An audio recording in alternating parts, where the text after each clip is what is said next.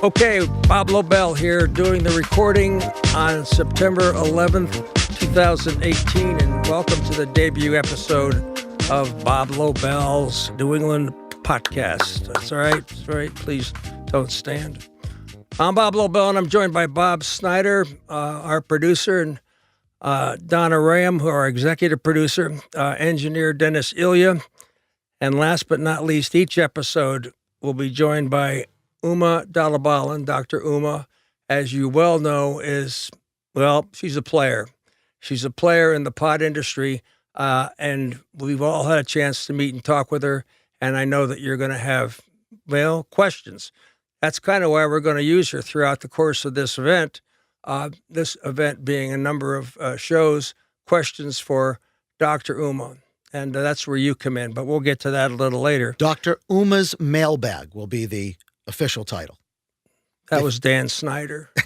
Bob, I hope. Okay, no, I don't own the Redskins. Dr. Uma's Mailbag. Dr. Uma's Mailbag. Okay, now before we get to our guests, we want to thank this episode's sole sponsor, the Wisp Herbal Vaporizer, created by Canacorp.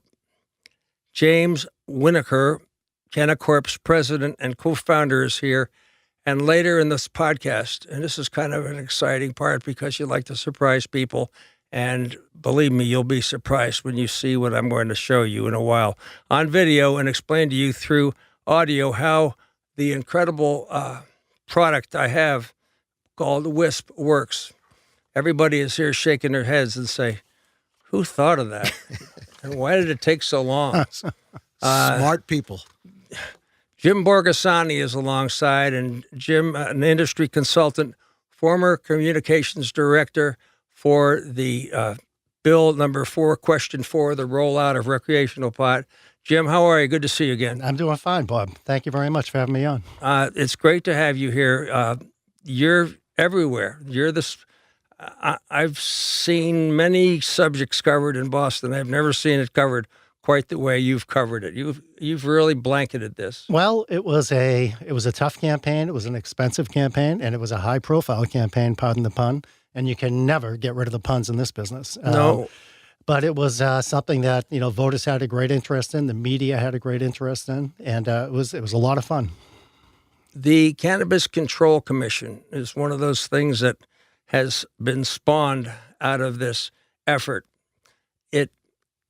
Is it an enemy? Is the Cannabis Control Commission looked at as a friend or an enemy or a coworker now?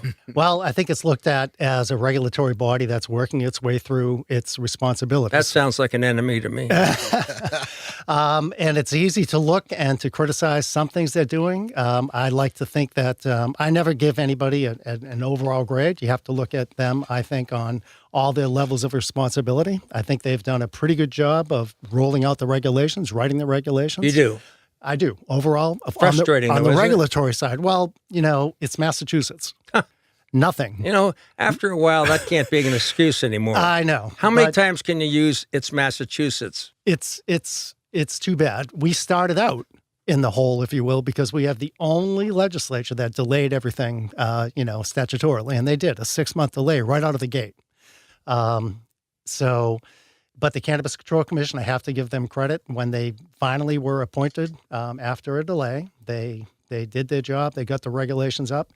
But there are some things that I wish they would do better at, including policing some of these agreements we're seeing with communities. I was going to say, you just took the words right out of my mouth about agreements with these towns and facilities. Yeah. That's got to be an extremely frustrating thing because of all the things and people and organizations you're dealing with.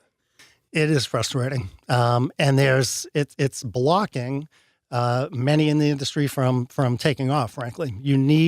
When the legislature rewrote the question that was passed by voters, they put in mandatory host community agreements. In other words, you could not apply or submit an application to the Cannabis Control Commission until you had a signed host community agreement with the towns.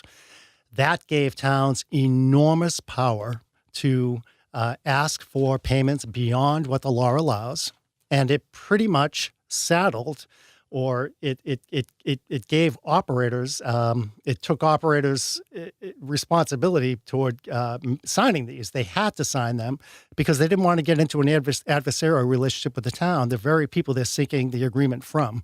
So this has been very problematic. You know, Jim, the whole question, the total question, now that medical's been okayed and recreational's been okayed and nobody knows how to get it out to the public just yet. Right. The total question, it's Massachusetts, but it's how big a deal is it, the individual towns? Are they the ones that say, are these individual power brokers people that think they're more important than they really are? Well, unfortunately, they have the ability to make themselves more important than they really are. And the legislature gave them that ability by making these host community agreements part of the necessary package. You well know the slow rollout that we saw with the medical side. Slow? It was glacier pace. You had to speed up to stop. Exactly. It was. And, one of the problems was that, we gave the Department of Public Health, DPH, authority over the whole rollout. You just foisted this new industry and this new regulatory, responsibility on an existing agency. When we wrote the question 4, we didn't want to repeat that mistake. Just give this, whole new venture, if you will, to an existing agency. We wanted to create a freestanding agency. Yeah, but didn't you make the mistake, Jim, of assuming that people knew what the subject was? Didn't you make the mistake of thinking that these people understood what recreational marijuana was? Didn't you make the mistake of saying, go ahead, you guys, it's your baby now, and because they don't know how to raise a baby? Well, when the initiative that was passed by voters had timelines. That's another thing that we learned.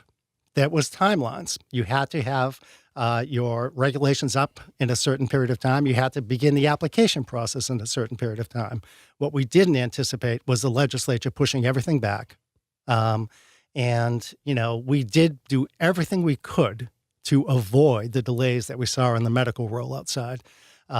But we're still seeing some of those delays, and a lot of it is at the community level, and you put your finger on it. Do these people at the community, are they more important than they think they are? Unfortunately, they do have the ability. Listen, I've dealt with small towns in the Commonwealth, and I know what they're all about. Yeah.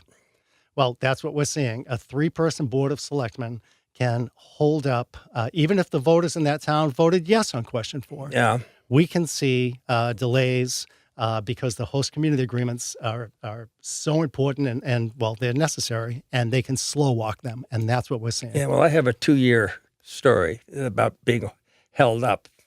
But that's another story for another time, and it has nothing to do with pot. But what about, and it had plenty to do with taxes, which is, I just want to fold into now the collection and the reality that everybody's really excited about the amount of money it's going to generate. However, they somehow think it's going to be printed. Yeah. And not earned. Well, yes, we have the tax scheme is in place. There's going to be a lot of new tax revenue generated by these companies. Unfortunately, a lot of the towns want even more beyond what the law allows. Stunning. It's yes. How's that possible? In my view, and in many people who look at it, they say that the law is pretty clear. You can't ask for any more than 3% of gross sales, and you can ask for 3% on the local tax option, a total of 6% going to towns. What the towns are being told by the Massachusetts Municipal Association and others is that there's nothing that says you can't ask for a lot more. Voluntary donations, which frankly are not voluntary. Some towns are asking for more than 3%. And the problem is that the Cannabis Control Commission refused by a 4-1 vote to exert their authority over these host community agreements. So how it ultimately resolves is still a story that's not written yet. No, a story that's not written yet, and that's neither is the. Can you convince me that any one of those 1 or 4 that voted in that closed session knew anything more about pot than my 5th grader? But the reality is, we can kind of move on from there because until something is shaken up by the legislator. Can these programs exist together? Can the recreational and medical programs exist together in harmony? In my opinion, absolutely yes. One thing the Cannabis Control Commission did that I thought was very wise was that they said that you have to set aside a certain amount of your yield for medical patients. And I think that both systems are existing in states that have gone before us.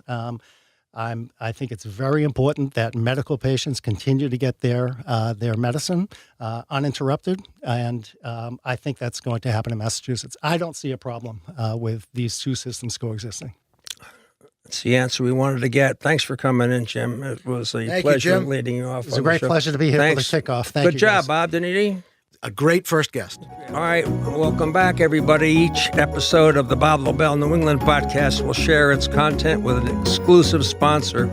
Our sponsor for this episode is the Wisp Herbal Vaporizer and the Wisp Vaporizing System created by locally based Cannacorp. Do you know what I'm talking about?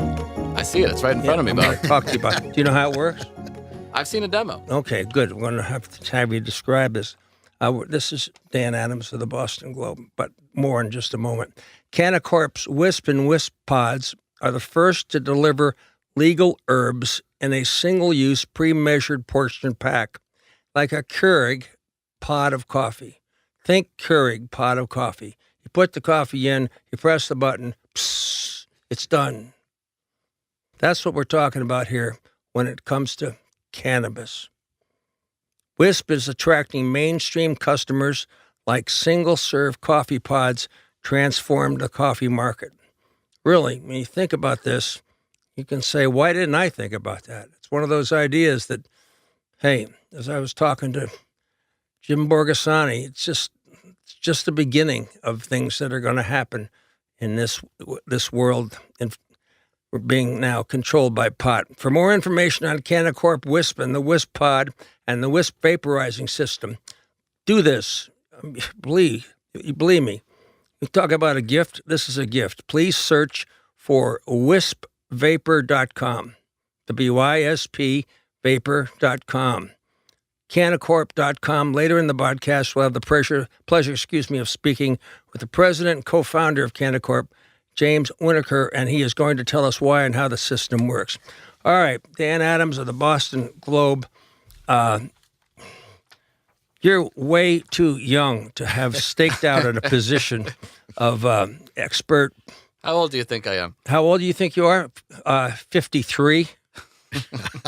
How close am I? 32. Try again. Really? 32. You know what? Can I see an ID? Now I'm going to have to. Can we move? Yeah, I don't know if I'm allowed to be in the same room as this here. Maybe not. I mean, that's true. If your ID comes up, I'm just going to have to kick you out. We're going to find out. Well, yeah, we're all about compliance here at the Bob Let's do our interview. And the Boston Globe, That's I right. imagine. Let's do our interview, and then we can kick you out after that. All right. You're the Globe's lead cannabis reporter. What a job you have. It's like being the Globe's leading sports reporter back in the 1930s and you being the only one. Do you feel that way? A little bit, yeah. I mean, this is a field that's clearly on the verge of exploding, and I love my job. This is one of the most multifaceted subjects you could possibly cover because cannabis is not one thing. It's a legal story. It's a story about communities. It's a story about health and patients, regulations, laws. There's so many aspects to it. You never get bored doing this job. Obviously, you never get bored during the job. And what about response from your bosses and response from the people that read you? I mean, the response is positive. I think that this is a serious subject. It's worthy of serious journalism. And the Globe, I think, has always seen it that way, especially in recent years. And readers are very interested in this subject. And I think that what's happening is we're starting to move past the question of whether we're going to legalize marijuana. Now we're talking about how we're going to legalize marijuana, who's going to profit from it, where are these facilities going to be located, things like that. So the conversation is moving forward. And as that happens, the Globe wants to be at the forefront of that. I think we're a publication, we like to drive the conversation. So that's what we're trying to do. I can see this sign on your desk, Dan Adams, editor of Pot. My business card says Cannabis Reporter. It's the first business card the Globe has printed that says cannabis on it. It's the first time they ever printed the name cannabis. That's right. But I can see Dan Adams, chairman of Globe Pot. Well, you may be surprised, though. The Globe's been writing about this subject for a long time. Not many people know this, but in 1971, the Globe wrote a 5-part series calling for the legalization of marijuana. You're kidding. Even back then, they had a bunch of reporters spend 6 months on a big project writing about it. They looked at arrest data, court data from all across the country. It was a really interesting project. 1971. 1971. I wasn't even born. And that took, well, you didn't have to say that. Why did you go there? You know, you don't have to fill in all the blanks. You need a nudge once in a while. Rubbing it in. Yeah, you're right. Well, I don't know what the path was that you got your job. I suppose that would be an interesting story to tell if you can just tell it. Sure. It may not be quite as interesting as you think. Well, I'll let you know. I had some experience covering alcohol. So I had started writing about the beer industry and some things that were going on there. I wrote about the so-called pay-to-play scandal, where big brewers and distribution companies were paying bars, paying package stores, paying retailers to carry certain products and not carry others. So I sort of latched on to that story, got some experience covering regulated industries. So when marijuana was poised to become a regulated industry, we needed regular coverage of that, and I raised my hand. It seems fascinating, and it's been more than fascinating. You're lucky to be alive. That's the way I look at it.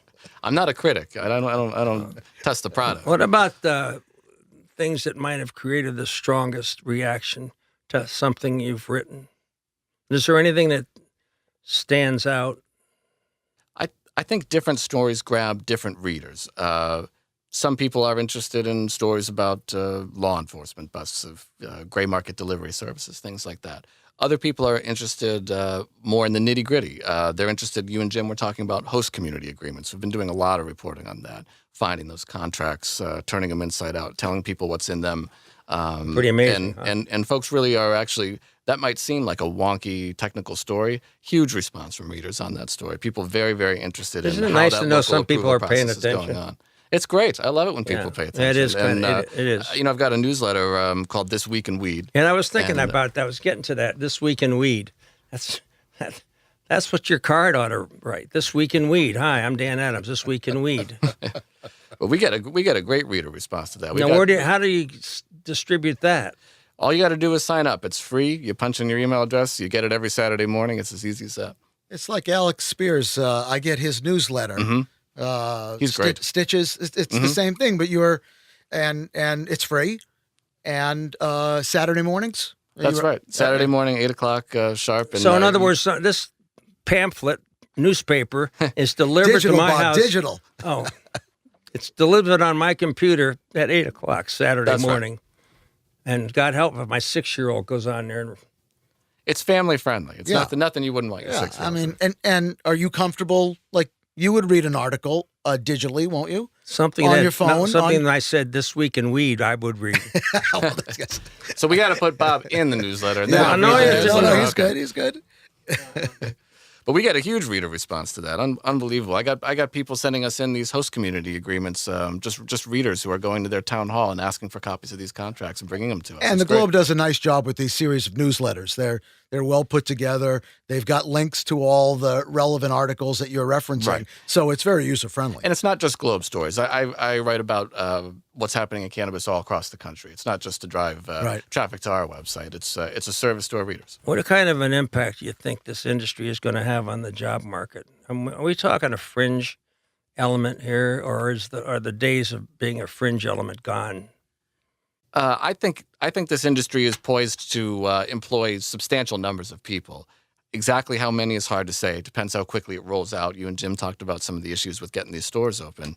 But I think it's safe to say that thousands of people are going to work in the cannabis sector in this state. And those jobs range all the way from an entry-level retail position, being a bud tender at the counter, trimming the product, all the way up to, white-collar jobs, marketing professionals, people doing advertising, people doing communications and strategy. It's just all the stuff any company would need. There's no reason to think of these as sort of special or different companies. They need all the same expertise that any sort of retail operation might. Go ahead. Bob, the examples that Massachusetts have are in front of them, correct? Denver, Seattle, to look at other cities and try to get, Dan, it would seem like a lot of these answers and not have to go through what Denver and Seattle, as examples, have already had to do?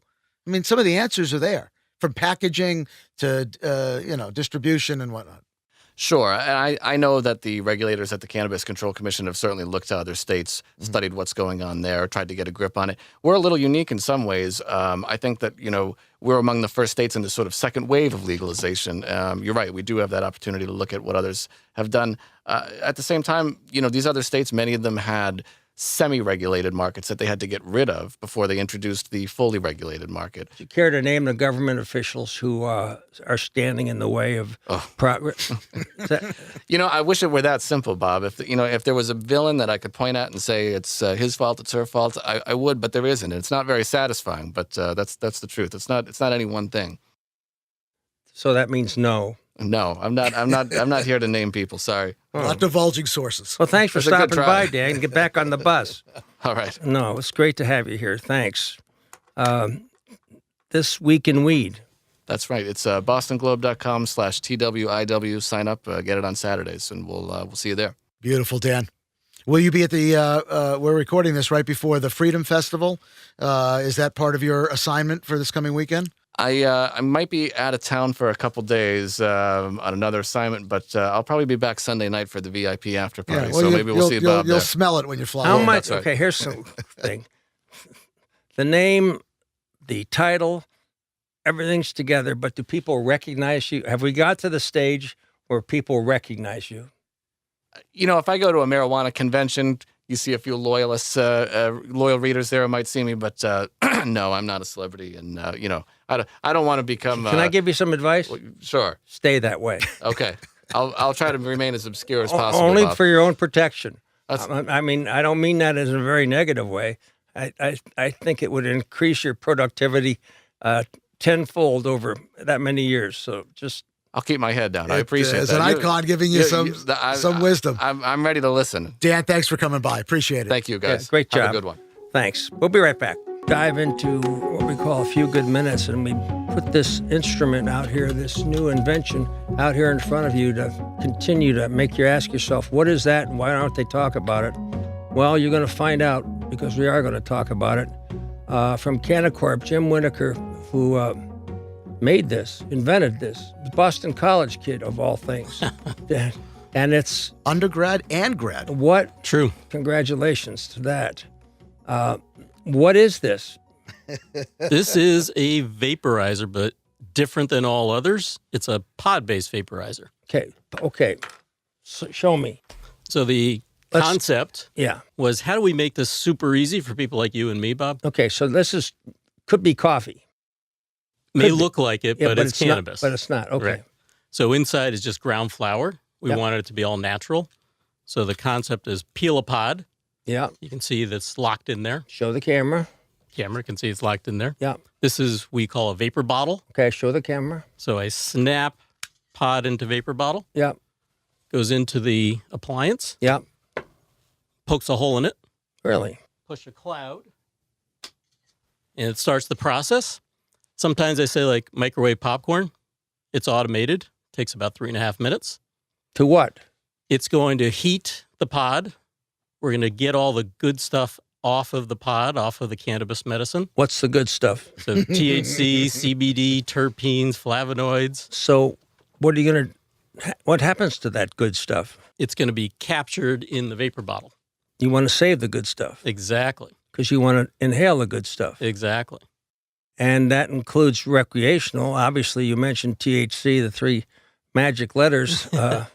But you mentioned THC, so THC makes it a recreational product. Yeah, I mean, we think of it broader as wellness, Of course. right? So Yeah. you have a medical No, no. card, doctor recommends it, go get your pod. So you can get cups without THC.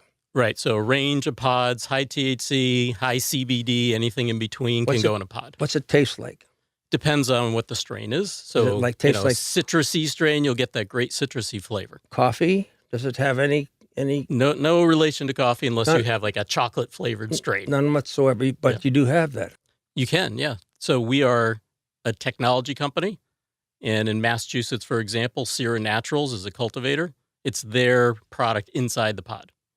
So we go state by state to find companies who want to put their cannabis in a pod. How did you wind up a Sir Natural? How did that happen? Just business contacts? And Believe it or not, another BC MBA graduate. would you believe it? Introduced me to them. So this is strictly homegrown, so to speak. Keep it in the family, right? Keep it in the family. Certainly local, yeah. How That's much? What's the price point on this without pod?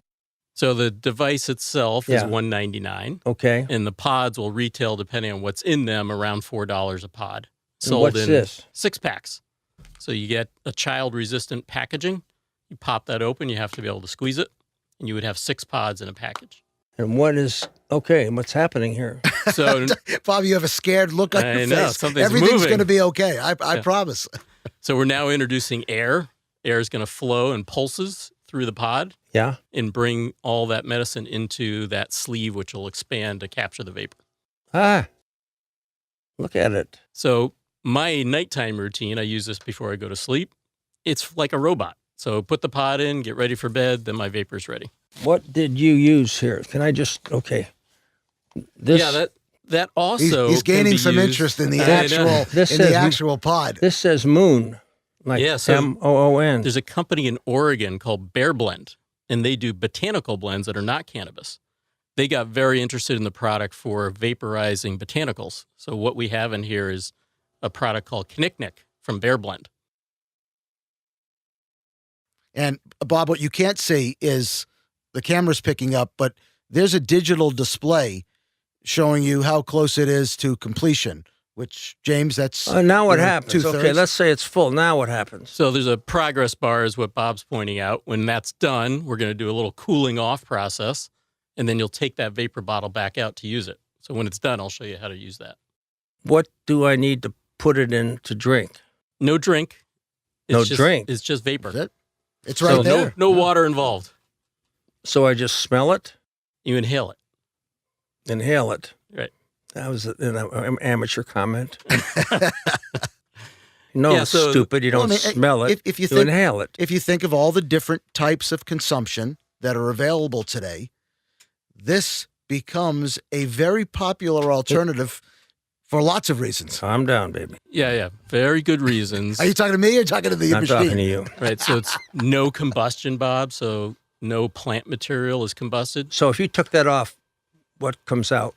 I'll take it off when it says ready. So it's going a little cooling here. Okay, but And there's a mouthpiece on the top connected to a one-way valve. okay, but what's in? I guess I should ask you what's in moon. Oh, That, so that means it's going to come out. ingredients are on the back here. The one that's in there is called Knick-Knick. Okay, well, just tell me. So various kinds of botanicals. Knick-Knick's probably got Lobelia. mugwort. It says lobelia on yeah, here. Do you like know that? Lobel. Yeah. Yeah, No, did you see that? I did not. Look right there. And it says, There you go. It's all you. Okay, so this is ready. It is ready. So I pull this out. It's full of vapor now, right? That's the mouthpiece. When I push this to my mouth, I open the one-way valve. okay, So I do this. Take a little sip.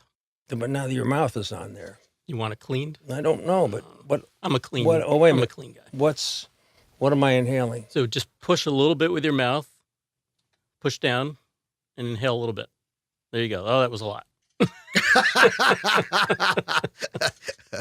Well, how's Moon? What? You were asking how it tasted. So I'm asking you, how does Moon taste? I have no idea what you're talking about. You've already forgot about Moon? Clearly. Yeah, that was the Knick-Knick botanical you just tried. Yummy. There you go. How did a kid from Boston College? I have no idea. A colleague of mine, one of the co-founders, had this idea at a company we both worked at. I said, oh my God, this is going to be huge. He's right. I got to be part of this. James, before Bob asks you the Yeah. takeaway, one question from the consumer standpoint. Will I see this in dispensaries or only in places like the Boston Smoke Shop, which is, some high-end stuff? Yeah, I mean, think of what this looks like, a consumer appliance. Right. So we want it to be available at dispensaries, online. We have our own site at wistvapor.com where you can buy the device. In Massachusetts, you go to Sierra Naturals to buy your pods for cannabis, or you go to bearblend.com. You can buy the device and Bear Blend pods. So that can be shipped anywhere in the country. What's your takeaway? What does the audience get from what's their takeaway? Well, I think it's interesting the people that you've already had in here as this industry develops. We're a company in Massachusetts that's really a technology company. So you talked about what's happening in the industry. This is new. How old is this? We've been developing this for 2 years. So we're 2 years in full product development and manufacturing. We're just coming to market now. But your market meaning Massachusetts or? We'll roll out state by state. We have deals in Canada, Australia, Europe coming. So this is now going to be a Massachusetts-based company that we hope is a national, international company. And Russia? Does Russia get any of this? I don't know. I don't think so today. Okay. But, we Keep wanted it out it to of Russia be if like, you know what's good for you. yeah. Of course, my name is Russian, too. I don't, I mean, this is meant for you and me. This is meant for people like us to say, I don't want to fool around with any of the other maybe non-natural products or difficult to use products. Put a pod in and use it. James, do I'm you glad have do you have a demo that you're targeting? Is there, have you seen trends in? But in the not first year? us. This is not made for us. Well, I It's mean, exactly made for us. see, Oh, Yeah, it's I exactly. thought you said this was. it's all about wellness. Yeah, I think, generally we're looking at people who are interested in non-pharmaceutical benefits from natural products like cannabis or botanicals. Hey, it's your show. I'm going to go sit in the car and wait. James, You're thank doing you. great, Bob. Thank you very much for Good job. supporting the first show, our debut episode. We're very appreciative to Canacorp and appreciative to you and Jonathan. Thank you. Yeah, no, we appreciate the opportunity. Bob, congratulations. You got this thing off the ground. It's doing I'm great. very happy to be part. Every time I see, I know It's a pretty good gig, isn't I it? know what I'm going to get for Christmas, but for myself, Right. as usual. I tell you what, I still get them for I myself. do it. If we're still talking at the end of No, it wouldn't December, matter. I'll get it. Right. All right. All right, James. Great. Great. Thank you, Thanks. Bob. Great job. Appreciate Take care. Thanks. Thank you. All right. We're going to take a break and clean out our lungs. Welcome back to our POT/podcast. I'm Bob Lobel, your host for this evening and hopefully many more. Mark Shepard is alongside from the New England Cannabis Convention. When I say New England Cannabis Convention, I'm not talking about a one-shot deal. I think what's amazing, and we talked about it at the first one at the Heinz Center, that how you locked into this, and now this is your baby. You set up conventions. It's fantastic. Yeah, left a 20-year publishing career and jumped into this. That first show that you were at back in 2015 in Boston. Yeah, that's amazing. I remember giving it was a You were on a panel back in 15, right? Yeah, it was like a keynote Well, speech. fast- I Very just walked in- impromptu. No, I walked in and they said, "Will you speak?" I said, "Sure." We grabbed him. Right. Seriously, I gave a keynote speech on something I knew nothing about, and they loved it. They sure did. They Well, sure did. Let's talk about the WISP first of all. This is something you see many things. You see many products. Absolutely. Do they get you crazy like this one would? I mean, it's a fantastic part of the convention model. It's almost like just having your own Shark Tank. So like we sort of get to see these products roll out. And that's one of the most exciting things, to see these local inventors and entrepreneurs producing products right here in Massachusetts that are going to roll out and make big hay all Yeah. around the country. Big it's hay. awesome. Yeah, I'm fascinated by this. And let's talk the cities that you I know you have one in Burlington, Vermont, which I really wanted to go to because my son, who's a cardiologist, wanted to go to the convention with his son. I mean, I didn't bring him up very well, apparently. Burlington, or you did. Vermont. And I said, well, come on, Jim. I kept talking to him. You got to, come on, Bob, let's go. We got to go to Burlington. But We'll be there next year. we'll be, and so will we, I hope. What are the dates, Mark? You got Burlington and then 2 coming up, correct? There's 2 coming up in October. We're in Portland, Maine, the weekend of October 6th and 7th. Then we come back down to Providence, Rhode Island, the 20th and 21st. It's not in New England, but we are actually also in Salt Lake City on October 19th and 20th. Well, we don't care about the New England thing. I mean, it's just recreational. Last thing I'm worried about. In Salt Lake City is recreational. No, it's actually Good question there, because very suddenly it looks like their medical marijuana bill is going to pass. It didn't look like it was going to. Suddenly it's turned, so the local people out there reached out to us, and we're doing a partnership on a show to help get the vote out and help it get passed. Pretty much where you guys were in So 13, 14, yeah, whenever it was. no recreational in Utah. No, not even close. No, not even close. But Are you allowed to date women in Utah? only if it's multiple women. Really? I heard that. So the two that are coming up, and then Boston, Hines next year. You already have a date, don't you? Yeah, it's going to be March 22nd to 24th. We're expanding to 3 days. We expect to have about 370 vendors and 10,000 attendees, and those are frightening numbers. I mean that. Yeah, I mean, really, think about it, Bob. You know, and you and I were talking about it. The place, where do they come from?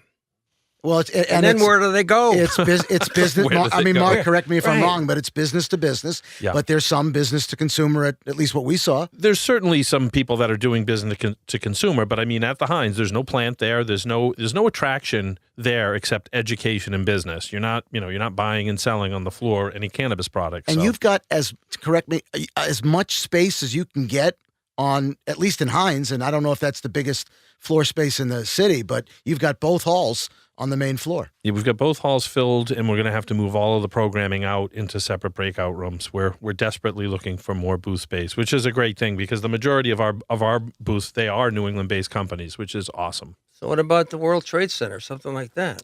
Actually, the Hines is the only major center in Boston that will take our show still. What? Yeah, the rest of the places, it comes down to there'll be one or two people who are on the board that are in banking, and they will just veto on the board of those like the World Trade Center. Yeah, we can't. So get they in there. say no. They absolutely say no. Let me know what banks there are. It's ridiculous. It's the same banks that You take threw this us under out. your own hands. Well, you have can't crazy. be the Brookline Savings Bank. They have their own dispensary. Right. All right, we're good. You're good. This is a great. Great thing you're doing thanks. here. Yeah, having done the pilot show there and attracting an audience while we were, I mean, it took Bob 45 minutes to look up, and he says to me, "Hey, we have an audience." Shocked me. Right. It was great. And you walk around and your jaw drops a little bit on the number of products that exist, from the cultivation of the seed all the way through the consumption. Boy, there are a lot of businesses in between. That's the real exciting thing about being in this industry, is just seeing how many ancillary niches are created in verticals, from security to packaging to transportation. Packaging it's is one of the more fascinating ones. Scent-proof, security-proof. Child-proof. In California, all of their packaging just had to be, Marcus is right, returned, and they had to get new packaging. So the clinics were shut down for a few days because someone decided that the Ziploc bag needed to be slightly different. And that's true. That's exactly what happened. And there will be similar issues here as the dispensaries open up for recreational use, everything from security, consistency, right? Yeah, insurance, everything. Insurance. It's now, not to mention the zoning permits that they each have. Well, now we're taping this just before the New England Festival, right? Mm-hmm. This coming weekend. Different crowd, right? And was it on Friday? It's Friday, Saturday, and Sunday. Yeah. On the Boston Common. Absolutely. Yeah. And NCAN, what festival is it called? It's the Boston Freedom Rally. We're a sponsor of it, and there's a lot of overlap. I mean, obviously, the goal there, they've been doing it for 29 years, was to normalize cannabis use and to basically say, look, this is what it looks like. It's safe and it's fun, and they have one, and now it's become a lot of it's celebratory, but that's about normalization. And I think what we do is sort of dovetails off that of like, okay, now what can we do with that? Now that it's normalized, look at the opportunities. So it's a great synergy between the two events. The quick plug for potential vendors who want to get signed up now before the premium space is gone in Boston. Yeah, I mean, you better hit us up now. We're booking the second hall now. It definitely is going to sell out. Please don't ask me for a discount because we are going to sell out. But let's fill it up with local businesses. I tell you what, that says a lot. As does Dan Abrams and the fact Dan Adams and the fact that he's running his articles on the front page of the Globe. Yep. You're talking about 350 vendors and 10,000 people showing up for business purposes. Yep. If that is, and Bob Lobel's doing a podcast. So if that isn't an indication. Yeah, it's amazing to me how quickly it's happened. We knew the potential was there. The speed that it's happened is fantastic, and it's really just the tip of the iceberg. I mean, we're going. Have a great weekend. Thanks a lot, Thank you, guys. Mark. Thank Thanks you a so lot. much for having me. Great job. We'll be back. Joining us now is Dr. Uma Dalabal. You know, I did this the last time we were doing this together, and We said we're going to go with just Dr. Uma, right? no, it's not a challenge. The Dalabatin is really No. It's Donna Ballin, like Donna. It's Donna Ballin. You got it. This is Uma's mailbag, right?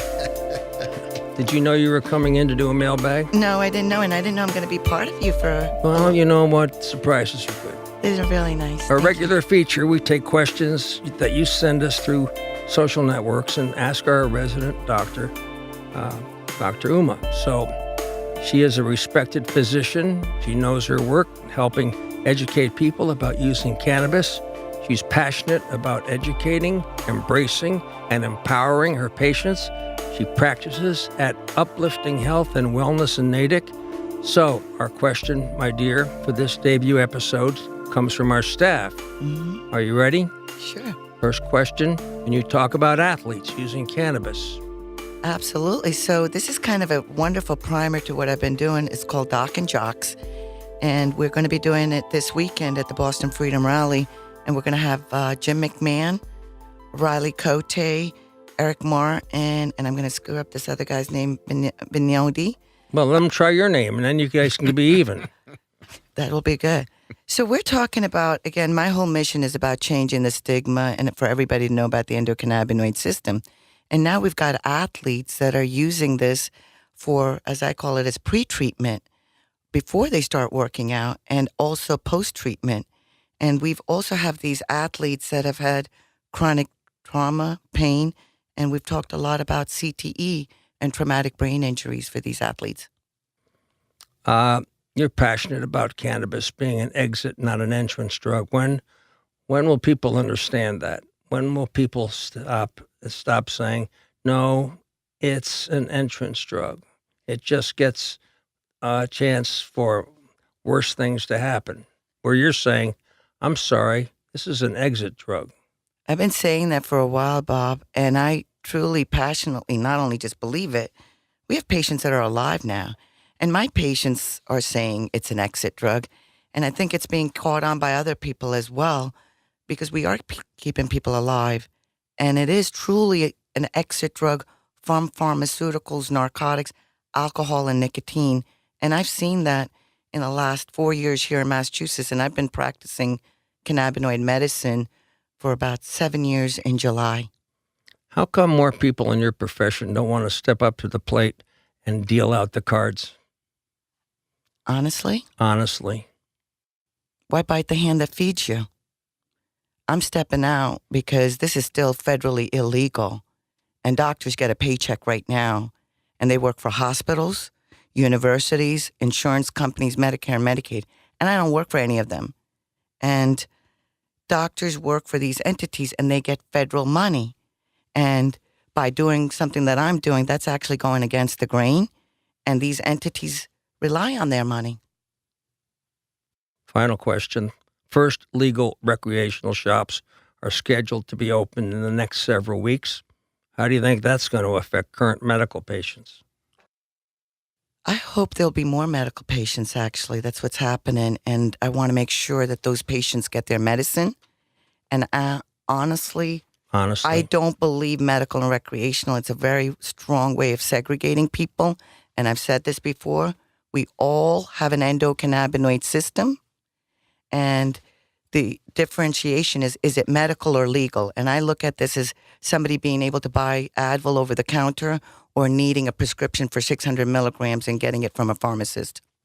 Dr. Uma, I'm going to throw in one question, and I don't know if you read about it in the last week, and I want to see if I'm right about what I thought I read. Mm-hmm. And that was CVS in California applying for hundreds of licenses. I just saw that too. Now that's big, because that's big pharma now coming in. Your your perspective on that. I mean, it's a landscape changer, obviously, in California. If it happens there, it's going to happen everywhere. You're going to go into CVS and be able to get your medicine. Well, at the end of the day, I want the medicine to be clean and safe. I really don't. It doesn't matter to me if you could get it from your backyard or if you have to go to a pharmacy. But I want to make sure that that medicine is safe and that it's tested and everybody can have access to it. Because right now it's very, very expensive and not everybody has access to it and they can't all become medical patients. Right. What percentage of your clients, I think you can disclose this, that you see are trying to use this as the exit drug that Bob mentioned versus, I like to get high once in a while. Again, this is where we have an opportunity as a community to stop using this word high. Yeah. Because they're high when they walk in my door. Right. They're freaking high on their Lamictal, their Adderall. God even knows what they're on. And I'm trying to get them to be healed and be healthy. And there is no Adderall or Lamictal deficiency, but there damn well is a cannabinoid deficiency. And I want everybody to understand that healthcare providers are not taught about the endocannabinoid system. And that's what I want to first see, that every doctor, every healthcare provider in Massachusetts knows what the endocannabinoid system is. You showed me the equivalent of slides, when I was there, right? Charts, slides. Educate. Is that a law that you have to do that? Or is that your way of going about dispensing and advice and eventually a prescription? Well, I am one of 45 doctors in the nation that's actually certified as a cannabinoid medicine specialist. There's lots of doctors writing recommendations, but there's only 45 of us that are actually certified through the American Academy. And a lot of people don't even know that there is an academy. And we take 2 hours with our initial patients to educate them. I'm setting up a whole new way of practicing medicine. I call it self-care, not healthcare. And it's total healthcare THC. Makes sense to me. Bob? Uma, you're special. Thank you for making this show special. Thank you. I love you for being here. Dr. Uma's Mailbag, a regular feature, Bob. Okay? Before we close out our episode, an appreciative thank you to Cannacorp and their founder and president, James Winokur, for their role as our exclusive content marketing partner. You saw it. It's called the WISP. This podcast will offer just one partnership each episode, and it's a unique opportunity to tell your story in your words. Please don't make me say that again. It's a unique opportunity to tell your story in your words. If you've enjoyed our debut episode and want to recommend the Bob Lobel New England podcast to others, please, our podcast can automatically download to your phone or computer by simply subscribing for free to the show once it's on iTunes and of your preferred podcast directories or through the CLNS Media app. Truth is, nowadays you can just Google search Bob Lobel Podcast and get plenty of links allowing you to listen right then and there. Our engineer for Bob Lobel's New England podcast is Dennis Elia. Our videography is handled by CLNS Media, and our show producer and executive producer, Donna Raham. My partner, Bob Snyder, and Boston-based Hometown Podcasts, I'm Bob Lobel. So good night, everybody. Good night. Thank you.